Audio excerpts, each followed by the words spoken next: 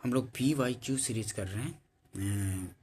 ये BPSC का paper है, 46 BPSC का पेपर, ठीक है, जो कि कुछ पार्ट बचा हुआ है और हम लोगों ने किया है। और अभी तक हम लोगों ने 8 साल का पेपर कंप्लीट कर चुका हूँ और सेक्शन वाइज भी करते चल रहे हैं। सेक्शन वाइज में अभी हिस्ट्री कंप्लीट है, पॉलिटी चल रहा है अभी, और ज्योग्राफी भी करीब करीब कंप्लीट है। सारे प्लेलिस्ट में अवेलेबल है, उसको भी जा कर के देख सकते हैं। और ये फुल लेंथ भी करते चल रहे हैं। BPSC और UPPC का भी करना स्टार्ट करेंगे। अभी BPSC का हम लोगों ने 8 पेपर कर लिया है और अभी दोस्तों ये BPSC के थ्रू जो टीचर्स के एग्ज़ाम होते हैं या फिर जो 72 का पेपर ये आने वाला है, उसके लिए भी काफ़ी महत्वपूर्ण सेशन होंगे, ठीक है। क्योंकि जो क्वेश्चन पूछ दिए जाते हैं वो रिपीट भी होते रहते हैं और उसके आसपास से ही क्वेश्चन आते रहते हैं। तो और जनरल कंपटीशन के लिए भी काफ़ी महत्वपूर्ण होंगे। PCS के लिए तो होंगे ही, या अदर स्टेट के लिए भी होंगे, ठीक है। जहाँ भी सामान्य अध्ययन से क्वेश्चन पूछे जाते हैं उसके लिए महत्वपूर्ण होंगे, और अदर स्टेज में भी जो शिक्षक के एग्ज़ाम होते हैं उसके लिए भी महत्वपूर्ण होंगे। चलिए स्टार्ट करते हैं। ये 46 BPSC का पेपर है, कुछ पार्ट बचे हुए हैं, उसको कर लेते हैं। वायु में कौन सी नोबल गैस नहीं होती है? तो वायु में कौन सी नोबल गैस नहीं होती है? तो रेडॉन जो है वो वायु में नहीं होती है, ठीक है। देखिए डी आंसर हो जाएगा। वायु में मुख्यतः नाइट्रोजन 78%, ऑक्सीजन 20.29%, कार्बन डाइऑक्साइड 0.03% और जल वाष्प कितना? तो जल वाष्प 0.4%, नोबल गैस 0.95% और धूल कण होती है। नोबल गैस में आर्गन, नियॉन, क्रिप्टन, जेनन और हीलियम आदि होते हैं, ठीक है, ध्यान रखेंगे। वायु में नोबल गैस नहीं होते हैं, कौन सी? तो रेडॉन नहीं होते हैं। नेक्स्ट क्वेश्चन देखते हैं। क्लोरोफिल में कौन सा धातु आयन पाया जाता है? तो क्लोरोफिल में कौन सा धातु आयन पाया जाता है? तो वो है मैग्नीशियम, ठीक है, मैग्नीशियम पाया जाता है क्लोरोफिल में। क्लोरोफिल में कौन सा धातु आयन पाया जाता है? तो मैग्नीशियम पाया जाता है, ध्यान रखेंगे, ठीक है। एक्सप्लेनेशन देखते हैं। क्लोरोफिल पौधों की हरी पत्तियों में पाया जाता है जिसमें मैग्नीशियम धातु का आयन पाया जाता है, ध्यान रखेंगे, काफ़ी बार पूछ दिए जाते हैं। नेक्स्ट क्वेश्चन देखते हैं, रिपीट भी होते रहते हैं इसलिए ध्यान से करते चलेंगे। निम्नलिखित में से कौन सा मनुष्य में अवशेषी अंग नहीं है? तो इनमें से कौन सा मनुष्य में अवशेषी अंग नहीं है? तो वो है सामने वाले चपटे दांत, कृंतक। सामने वाले चपटे दांत जिसको कृंतक बोलते हैं वो अवशेषी अंग नहीं है, ठीक है। सी आंसर हो जाएगा, ध्यान रखेंगे। मनुष्य के शरीर में सामने वाले चपटे दांत कृंतक अवशेषी अंग नहीं होते हैं। नेक्स्ट क्वेश्चन देखते हैं। शुष्क बर्फ क्या होती है? तो शुष्क बर्फ जो होती है ठोस कार्बन डाइऑक्साइड होती है शुष्क बर्फ, बी आंसर हो जाएगा। शुष्क बर्फ ड्राई आइस ठोस कार्बन डाइऑक्साइड होती है। शुष्क बर्फ गर्म करने पर सीधे गैस में परिवर्तित हो जाती है, ध्यान रखेंगे। जो शुष्क बर्फ होता है गर्म करने पर सीधे गैस में परिवर्तित हो जाती है। नेक्स्ट क्वेश्चन देखते हैं। शक्करों में सबसे मीठी कौन है? तो जो फ्रुक्टोज है, फ्रुक्टोज जो होता है वो सबसे मीठी चीनी होती है, सबसे शक्करों में सबसे मीठा होता है, ठीक है, ध्यान रखेंगे। फ्रुक्टोज होता है जो शक्करों में सबसे मीठी है, तो फ्रुक्टोज, ए आंसर हो जाएगा, ध्यान रखेंगे, ठीक है। ये गलत है, सुक्रोज नहीं, फ्रुक्टोज होता है, ध्यान रखेंगे। आप एक लिफ्ट में खड़े हैं, लिफ्ट के फर्श पर आपके भार द्वारा लग रहा बल क्या होगा? तो लिफ्ट के 9.8 मीटर प्रति सेकेंड स्क्वायर के त्वरण से नीचे आते समय 0 होगा, ठीक है। आप एक लिफ्ट में खड़े हैं, लिफ्ट के फर्श पर आपके भार द्वारा लग रहा बल क्या होगा? तो लिफ्ट के 9.8 मीटर प्रति सेकेंड स्क्वायर के त्वरण से नीचे आते समय 0 होगा, ध्यान रखेंगे, बी आंसर हो जाएगा, ठीक है, बी आंसर हो जाएगा। देखिए एक्सप्लेनेशन, 9.8 मीटर प्रति सेकेंड स्क्वायर के त्वरण से नीचे आते समय लिफ्ट के फर्श पर खड़े व्यक्ति के भार द्वारा लग रहा बल शून्य होता है। ठीक है, ध्यान रखेंगे। नेक्स्ट क्वेश्चन देखते हैं। आमतौर पर सुरक्षा फ्यूज लगाने के लिए प्रयोग होने वाली तार किस पदार्थ की बनी होती है? तो आमतौर पर सुरक्षा फ्यूज लगाने के लिए प्रयोग होने वाली तार किस पदार्थ की बनी होती है? तो टीन और शीशे का एक मिश्र धातु से बना होता है। ठीक है, आमतौर पर सुरक्षा फ्यूज लगाने के लिए प्रयोग होने वाली तार किस पदार्थ की बनी होती है?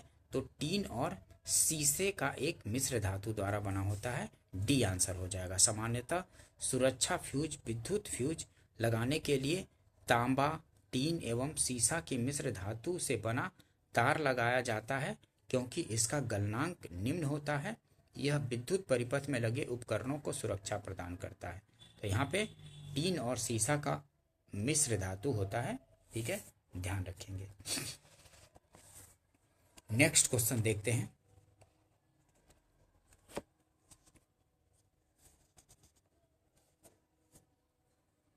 जब एक पत्थर को चांद की सतह से पृथ्वी पर लाया जाता है तो इसका भार जो है बदल जाएगा परंतु द्रव्यमान नहीं बदलेगा। बी आंसर होगा। ठीक है, इसका भार बदल जाएगा, द्रव्यमान नहीं बदलेगा। जब एक पत्थर को चांद की सतह से पृथ्वी पर लाया जाता है तो इसका भार बदल जाएगा परंतु द्रव्यमान नहीं बदलेगा। बी आंसर होगा, ध्यान रखेंगे। देखिए एक्सप्लेनेशन, चूंकि चंद्रमा पर गुरुत्वाकर्षण ग्रेविटी पृथ्वी की तुलना में 1/6 भाग है, इसलिए जब पत्थर को चांद की सतह से पृथ्वी पर लाया जाता है तो इसका भार बदल जाता है परंतु द्रव्यमान समान रहता है। ध्यान रखेंगे। ठीक है दोस्तों, नेक्स्ट क्वेश्चन देखते हैं। बिहार महान धार्मिक केंद्र है किस धर्म की? तो बिहार महान धार्मिक केंद्र है सिखों के लिए, जैन के लिए और बौद्ध धर्मावलंबियों के लिए। तो तीनों के लिए है, इन सभी के हो जाएगा। ठीक है, इन सभी के लिए, मतलब सिखों के लिए भी, जैनों के लिए भी और बौद्ध धर्मावलंबियों के लिए भी। तो डी आंसर होगा। बिहार सिखों, जैनियों, बौद्ध धर्मावलंबियों का महान धार्मिक केंद्र है। झारखंड बिहार से कब पृथक हुआ? तो झारखंड जो है बिहार से 15 नवंबर 2000 को अलग हुआ था। ठीक है, ध्यान रखेंगे कि कई बार पूछ दिए जाते हैं एग्जैक्ट डेट। तो झारखंड बिहार से कब पृथक हुआ था? तो 15 नवंबर 2000 को पृथक हुआ था। तो ए आंसर हो जाएगा, ध्यान रखेंगे। नेक्स्ट क्वेश्चन देखते हैं। बिहार में कितने विश्वविद्यालय हैं? तो अभी करंट के अनुसार देखना पड़ेगा इसको। ठीक है, उस समय जब पूछा गया था तो 12 राज्य विश्वविद्यालय और 1 केंद्रीय विश्वविद्यालय, ठीक है, थे। बिहार में कितने विश्वविद्यालय हैं? ठीक है, तो अभी के अनुसार उससे सर्वे वगैरह से देखना पड़ेगा। ठीक है, नया अपडेट उस अनुसार जाना पड़ेगा। नेक्स्ट क्वेश्चन देखते हैं। बिहार की पेंटिंग विधा कौन सी है? तो मधुबनी है। ए आंसर हो जाएगा। बिहार की पेंटिंग विधा कौन सी है? तो मधुबनी पेंटिंग बिहार की है। देखिए एक्सप्लेनेशन, बिहार की पेंटिंग विधा मधुबनी शैली, पटना शैली, मिथिला शैली, मंजूषा शैली, सांझी कला शैली आदि है। ठीक है, बिहार की पेंटिंग विधा कौन कौन सी है? तो मधुबनी शैली, पटना शैली, मिथिला शैली, मंजूषा शैली और सांझी कला शैली भी है। नेक्स्ट क्वेश्चन देखते हैं। इसमें लेकिन मधुबनी दिया है सिर्फ, तो मधुबनी लगाएंगे। नेक्स्ट क्वेश्चन देखते हैं। वर्तमान में बिहार के राज्यपाल कौन हैं? तो वर्तमान में बिहार के राज्यपाल आरिफ मोहम्मद खान हैं। ध्यान रखेंगे कि अभी के स्थिति के अनुसार बिहार के वर्तमान जो राज्यपाल हैं वो आरिफ मोहम्मद खान हैं आज के डेट में। नेक्स्ट क्वेश्चन देखते हैं। 2001 की जनगणना के अनुसार बिहार की जनसंख्या क्या है? तो अब पूछा जाएगा 2011 की जनगणना के अनुसार बिहार की जनसंख्या। तो 10 करोड़ ऐसे करके है, 10 करोड़ समथिंग। ठीक है, एग्जैक्टली ध्यान नहीं आ रहा अभी उसको। ये बिहार का सेंसस का भी वीडियो अपलोड है, तो उसको जा कर के देख लीजिए। और इंडिया का सेंसस का भी अपलोड है, तो उसको भी देख सकते हैं, और बिहार का भी सेंसस, तो उससे एग्जैक्टली आपको डेटा मिल जाएगा। और फॉरेस्ट रिपोर्ट भी जो 2023 वाला 18th जो फॉरेस्ट रिपोर्ट है, वो बिहार का फॉरेस्ट रिपोर्ट अपलोड कर दिया जा चुका है, और इंडिया का भी अपलोड कर दूंगा बाद में। जैसे जैसे होगा वैसे वैसे सारे वीडियो आते रहेंगे, उस हिसाब से आप अपने आप को अपडेट करते रहिए, ठीक है। तो यहाँ जनगणना से पूछा जाएगा 2011 के अनुसार, तो उसको जा करके देख लीजिए। देखिए नेक्स्ट क्वेश्चन, बिहार विधानसभा में वर्तमान में कितने सदस्य हैं? तो बिहार विधानसभा में वर्तमान में 243 सदस्य हैं, ठीक है। 243 सीट है विधानसभा में, 243। झारखंड विभाजन के बाद बिहार विधानसभा में सदस्यों की संख्या 243, पहले यह 324 थी, लेकिन अब झारखंड अलग होने के बाद 243 सीटें ही हैं, ठीक है, बिहार विधानसभा में। नेक्स्ट क्वेश्चन देखते हैं, स्वतंत्रता पूर्व बिहार में निम्नलिखित में से एक वर्चस्वशाली जाति नहीं थी। तो स्वतंत्रता पूर्व बिहार में जो था कुर्मी वर्चस्वशाली जाति नहीं था, लेकिन अब ये भी वर्चस्वशाली हो गया है, ठीक है। स्वतंत्रता पूर्व बिहार में निम्नलिखित में से एक वर्चस्वशाली जाति नहीं थी, तो कुर्मी नहीं थी। राजपूत तो था ही, भूमिहार भी था, कायस्थ भी था, लेकिन कुर्मी नहीं था, ध्यान रखेंगे। अब लेकिन ये भी वर्चस्वशाली हो रहा है। बिहार में महात्मा गांधी के पूर्व सापेक्ष राष्ट्रीय सक्रियता की अनुपस्थिति इसके अभाव में देखी जा सकती है। तो किसके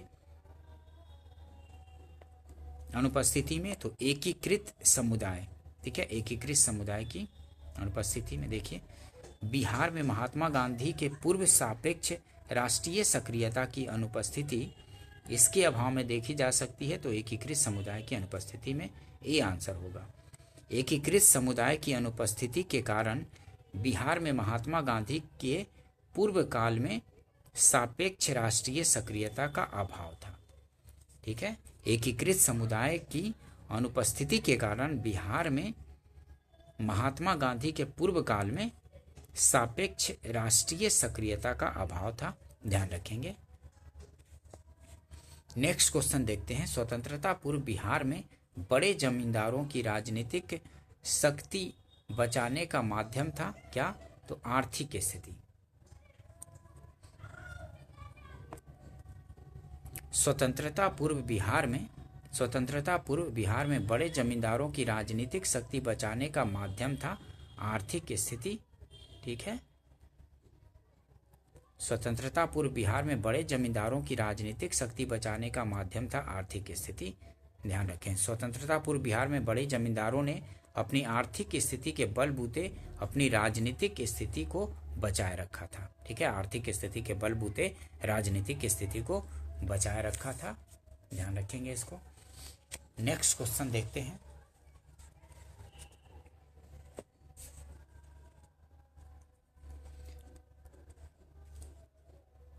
सन 1930 में कांग्रेस का सविनय अवज्ञा आंदोलन इतना सफल हुआ कि निम्नलिखित शहरों में से एक में अंग्रेजी राज के चिन्ह कई महीनों तक गायब हो गए थे।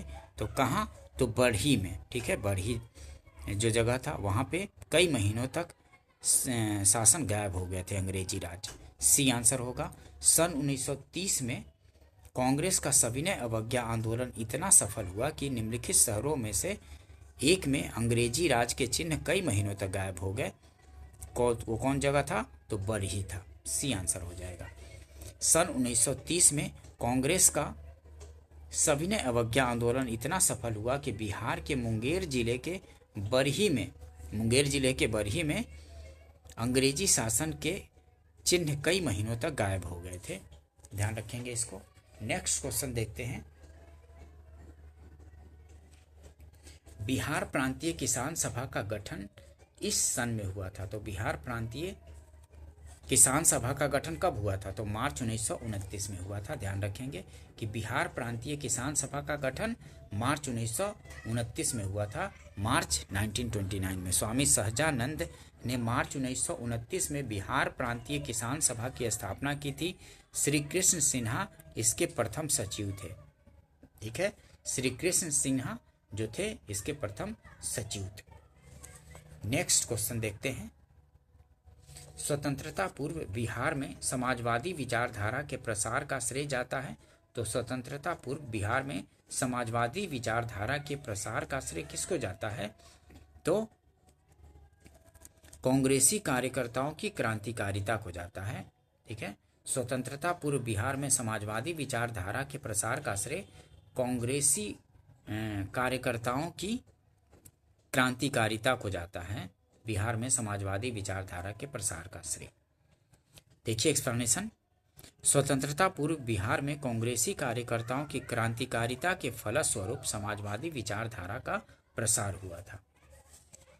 ठीक है, ध्यान रखेंगे। नेक्स्ट क्वेश्चन देखते हैं। ब्रिटिश राज में बिहार के कृषक वर्गों को निम्नलिखित श्रेणी में रखा जा सकता है। तो किस श्रेणी में? त्रिमुखी वर्गीकरण में। ब्रिटिश राज में बिहार के कृषक वर्गों को निम्नलिखित श्रेणी में रखा जा सकता है। किस श्रेणी में? तो त्रिमुखी वर्गीकरण में रखा जा सकता है बिहार के कृषक वर्गों को। बिहार में ब्रिटिश राज के अंतर्गत कृषक वर्गों को 3 श्रेणियों में विभाजित किया जा सकता है, जमींदार, किसान और खेतीहर मजदूर की श्रेणी में। ठीक है, कितने श्रेणी में? तो 3 श्रेणी, त्रिमुखी वर्गीकरण किया जा सकता है यहाँ पे कृषकों का। तो वो कौन सा? बिहार में ब्रिटिश राज के अंतर्गत कृषक वर्गों को 3 श्रेणियों में विभाजित किया जा सकता है, जमींदार, किसान और खेतीहर मजदूर की श्रेणी में। नेक्स्ट क्वेश्चन देखते हैं। बिहार के भौतिक विभागों में आप निम्नलिखित में से कौन सा सम्मिलित नहीं करेंगे? तो बिहार के भौतिक विभागों में आप निम्नलिखित में से कौन सा सम्मिलित नहीं करेंगे? तो ये पूर्वी गंगा मैदान सम्मिलित नहीं होगा। बिहार के भौतिक विभागों में आप निम्नलिखित में से कौन सा सम्मिलित नहीं करेंगे? तो पूर्वी गंगा का मैदान जो है, पूर्वी गंगा मैदान, ये सम्मिलित नहीं होगा। छोटा नागपुर पठार, उत्तरी गंगा मैदान, छोटा नागपुर पठार, उत्तरी गंगा मैदान, दक्षिणी गंगा मैदान, लेकिन पूर्वी गंगा मैदान नहीं होगा। ठीक है, बिहार के एक्सप्लेनेशन देखिए। बिहार के भौतिक भूभाग उत्तरी गंगा मैदान, दक्षिण गंगा मैदान और छोटा नागपुर पठार है। ठीक है, पूर्वी गंगा मैदान नहीं है, वो तो पश्चिम बंगाल वाला एरिया में चला जाएगा ना। नेक्स्ट क्वेश्चन देखते हैं। बिहार में निम्नलिखित में से कौन से समूह की नदियां गंगा अथवा उसकी सहायक नदियों में उत्तर की ओर से आकर मिलती है? तो उत्तर की ओर से कौन सी नदियां मिलती हैं? तो गंडक, कमला और बागमती जो है गंगा में उत्तर की ओर से आकर मिलती है। सी आंसर हो जाएगा। बिहार में निम्नलिखित में से कौन से समूह की नदियां गंगा अथवा उसकी सहायक नदियों में उत्तर की ओर से आकर मिलती हैं? तो कौन कौन सी हैं? गंडक, कमला और बागमती। सी आंसर हो जाएगा। गंडक, सरयू, कमला, बागमती, कोसी नदियां गंगा में ये उत्तर की ओर से आकर मिलती है, ध्यान रखेंगे। बिहार में बांगर मिट्टी मिलती है। बिहार में बांगर मिट्टी कहाँ मिलती है? तो बांगर मिट्टी पूर्णिया, सहरसा, दरभंगा और मुजफ्फरपुर क्षेत्र में मिलती है। पूर्णिया, सहरसा, दरभंगा और मुजफ्फरपुर क्षेत्र में मिलती है बांगर मिट्टियाँ। बी आंसर हो जाएगा। नेक्स्ट क्वेश्चन देखते हैं। बिहार के विविध भौगोलिक पक्षों के संबंध में निम्नलिखित कथनों पर विचार कीजिए। तो बिहार में कुल सिंचित भूमि में लगभग 37% नहरों द्वारा सिंचित होती है। ये भी सर्वे से अपडेट करेंगे। ठीक है, सिंचाई क्षेत्र कितना है, राष्ट्रीय राजमार्ग कितना है, तो ये सब सर्वे और बजट वगैरह वाला से अपडेट करना पड़ेगा। ठीक है, तो पता चलेगा ये भी क्या स्थिति है। खनिज में कौन सा क्षेत्र, खनिज और प्राप्ति स्थान कहाँ पे है उसको देखना है। तो अब्रक कहाँ? तो अब्रक गया में मिलता है। स्वर्ण कहाँ? तो स्वर्ण मुंगेर में। डोलामाइट कहाँ? तो डोलामाइट मिलता है रोहतास में। अब पेट्रोलियम, तो पेट्रोलियम किशनगंज वाले एरिया में। ठीक है, तो ए का दूसरा, बी का पहला, सी का चौथा और डी का तीसरा, तो सी आंसर हो जाएगा, ध्यान रखेंगे सी आंसर होगा। देखिए एक बार फिर से देख लीजिए, ध्यान में आ जाएगा।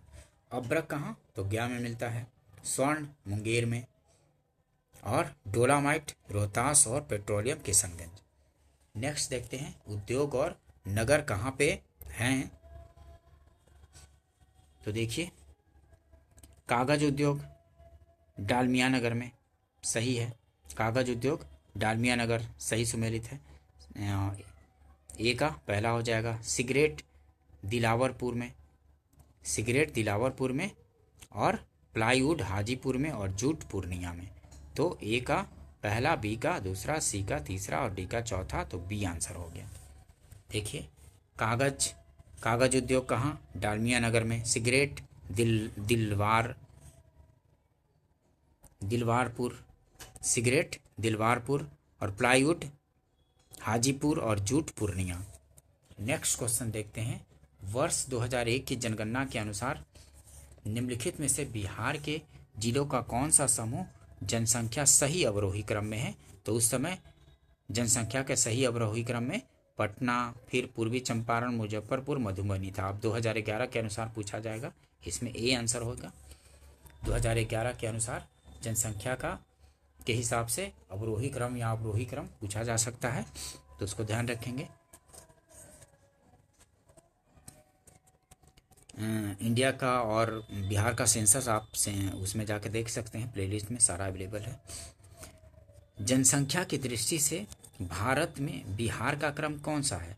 तो जनसंख्या की दृष्टि से भारत में बिहार का क्रम तीसरा है, ए आंसर हो जाएगा। ठीक है, तीसरा है। अभी 2011 के जनगणना के अनुसार भी तीसरा ही है, तो ध्यान रखेंगे तीसरा ही है। एक्सप्लेनेशन देखिए, जनसंख्या का क्रम उत्तर प्रदेश पहले स्थान पर, उसके बाद महाराष्ट्र है, उसके बाद बिहार का तीसरा क्रम है, ध्यान रखेंगे। जनसंख्या के अनुसार तीसरा और क्षेत्रफल के अनुसार 12वां। ध्यान रखेंगे कि जनसंख्या के अनुसार तीसरा है बिहार का स्थान, और क्षेत्रफल के अनुसार राज्यों में 12वां स्थान बिहार का है। ठीक है, ये भी पूछा जाता है। किस देश की सीमा बिहार राज्य से जुड़ती है? तो किसकी सीमा बिहार राज्य से जुड़ती है? तो नेपाल की सीमा उत्तर में जुड़ती है बिहार से। ठीक है, उत्तरी बिहार से जुड़ी हुई है ना सीमा नेपाल की। तो किस देश की सीमा बिहार राज्य से जुड़ती है? तो नेपाल की सीमा जुड़ती है, बी आंसर होगा, ध्यान रखेंगे इसको। नेक्स्ट क्वेश्चन देखते हैं। भौगोलिक क्षेत्रफल की दृष्टि से भारत में बिहार का क्रम कौन सा है? तो 12वां है, सी आंसर हो जाएगा। अभी भी 12वां ही है, ध्यान रखेंगे कि भौगोलिक क्षेत्रफल की दृष्टि से भारत में बिहार का क्रम 12वां है, सी आंसर हो जाएगा। क्षेत्रफल की दृष्टि से बिहार का भारत में 12वां स्थान है, क्योंकि बिहार का कुल क्षेत्रफल कितना है? कुल क्षेत्रफल 94,163 वर्ग किलोमीटर है। ये भी पूछ दिया जाता है कि बिहार का कुल भौगोलिक क्षेत्र कितना है? तो 94,163 वर्ग किलोमीटर है, इसको ध्यान रखेंगे, 94,163 वर्ग किलोमीटर। ठीक है, क्वेश्चन रिपीट होते हैं, आसान से आसान भी क्वेश्चन पूछ दिए जाते हैं, तो इसको ध्यान रखेंगे। 2001 की जनगणना के अनुसार बिहार में महिला साक्षरता की दर क्या है? ठीक है, तो अब पूछेगा 2011 के अनुसार महिला साक्षरता या पुरुष साक्षरता या कुल साक्षरता कितना है? तो उसको जाकर के आप साक्षरता उसमें क्या बोलते हैं, जो सेंसस वाला है आंकड़ा उसमें सब दिया हुआ है, उसको जाकर के आप देखिए। जनगणना वाला में उसमें है ये भी कि बिहार की साक्षरता क्या है क्या नहीं है। फॉरेस्ट रिपोर्ट भी है, वो भी देख सकते हैं, क्योंकि क्वेश्चन पूछे जाते हैं। 2 से 3 क्वेश्चन होते ही हैं, या तो इंडिया का जनगणना से होगा या फिर बिहार से भी होगा, 2-3 मिलाकर के आ ही जाते हैं, तो उसको करना जरूरी है, उसको जाकर के देख लीजिए। नेक्स्ट क्वेश्चन देखते हैं। सत्ता हस्तांतरण के समय निम्नलिखित राज्यों में से एक में कांग्रेस दल का पूर्ण विकसित संगठन था, कहाँ? तो मैसूर का था उस समय। सत्ता हस्तांतरण के समय 1947 तत्कालीन मैसूर राज्य कर्नाटक में कांग्रेस का पूर्ण विकसित संगठन था। ठीक है, ध्यान रखेंगे। सत्ता हस्तांतरण के समय निम्नलिखित राज्यों में से एक में कांग्रेस दल का पूर्ण विकसित संगठन था, कहाँ पे? तो मैसूर राज्य में था। सी आंसर हो जाएगा, मैसूर में था। सत्ता हस्तांतरण के समय 1947 तत्कालीन मैसूर राज कर्नाटक, जो उसको बोलते हैं अब, में कांग्रेस का पूर्ण विकसित संगठन था। नेक्स्ट क्वेश्चन देखते हैं। संयुक्त राज्य अमेरिका के इतिहास में एकमात्र अनिर्वाचित राष्ट्रपति कौन थे? तो वो थे फोर्ड, हेनरी फोर्ड अनिर्वाचित राष्ट्रपति थे। ध्यान रखेंगे, हेनरी फोर्ड थे। नेक्स्ट क्वेश्चन देखते हैं। अंतर्राष्ट्रीय न्यायालय का अस्थायी मुख्यालय कहाँ है? तो अंतर्राष्ट्रीय न्यायालय का अस्थायी मुख्यालय है दी हेग है, दी हेग। ठीक है, नीदरलैंड के दी हेग में, ये आंसर हो जाएगा। अंतर्राष्ट्रीय न्यायालय का अस्थायी मुख्यालय दी हेग, नीदरलैंड में है। यह यूएनओ का न्यायिक अंग है। जो अंतर्राष्ट्रीय न्यायालय है वो यूनाइटेड नेशन ऑर्गेनाइजेशन का न्यायिक अंग है, ध्यान रखेंगे इसको। नेक्स्ट क्वेश्चन देखते हैं। हिंद महासागर तटीय क्षेत्रीय सहयोग संगठन हिमच्छेद के चार्टर पर हस्ताक्षर हुए थे, कब हुए थे? तो मार्च 1997 में हुए थे। हिंद महासागर तटीय क्षेत्रीय सहयोग संगठन हिमच्छेद के चार्टर पर हस्ताक्षर हुए थे मार्च 1997 में। हिमच्छेद IORARC हिंद महासागर के तटीय क्षेत्र में स्थित राष्ट्रों के बीच पारस्परिक सहयोग संवर्धन के उद्देश्य से 5 मार्च 1997 को मॉरिशस में पोर्ट लुई में संस्थापक राष्ट्रों के विदेश मंत्रियों की बैठक में की गई थी। नेक्स्ट क्वेश्चन देखते हैं। भारत ने अपना पहला परमाणु परीक्षण कब किया था? तो पहला परमाणु परीक्षण कब किया था ये बताना है। तो भारत ने अपना पहला परमाणु परीक्षण 18 मई 1974 को किया था। ठीक है, 18 मई 1974 को, बी आंसर हो जाएगा। व्याख्या देखते हैं। भारत ने अपना पहला परमाणु परीक्षण, तत्कालीन प्रधानमंत्री श्रीमती इंदिरा गांधी थी उस समय, 18 मई 1974 को राजस्थान के जैसलमेर जिले में पोखरण में किया था, स्माइलिंग बुद्धा नाम से। ठीक है, स्माइलिंग बुद्धा के नाम से अपना पहला परमाणु परीक्षण किया था। कोड वो था स्माइलिंग बुद्धा। नेक्स्ट क्वेश्चन देखते हैं। वर्तमान में संयुक्त राष्ट्र संघ में कितने सदस्य हैं? तो 194 सदस्य वर्तमान में हैं संयुक्त राष्ट्र संघ में। अभी भी 193 सदस्य ही हैं, ध्यान रखेंगे। संयुक्त राष्ट्र संघ में 193 कंट्री हैं। वर्ष 2001 की जनगणना के अनुसार निम्नलिखित में से भारतीय राज्यों का कौन सा समूह जनसंख्या घनत्व का सही अवरोही क्रम है? ठीक है, तो अभी 2011 की जनगणना के अनुसार पूछा जाएगा। ठीक है, जनसंख्या घनत्व, सबसे ज़्यादा जनसंख्या घनत्व किसका है? तो बिहार का सबसे ज़्यादा जनसंख्या घनत्व है 2011 के आंकड़ों के अनुसार, ध्यान रखेंगे। और उससे भी नीचे 2-4 याद रख लेंगे, फिर उससे हो जाएगा। शक्ति स्थल का संबंध किससे है? तो शक्ति स्थल का संबंध है श्रीमती इंदिरा गांधी से है, ये आंसर होगा। ठीक है, ये आंसर होगा। शक्ति स्थल का संबंध किससे है? तो श्रीमती इंदिरा गांधी से है।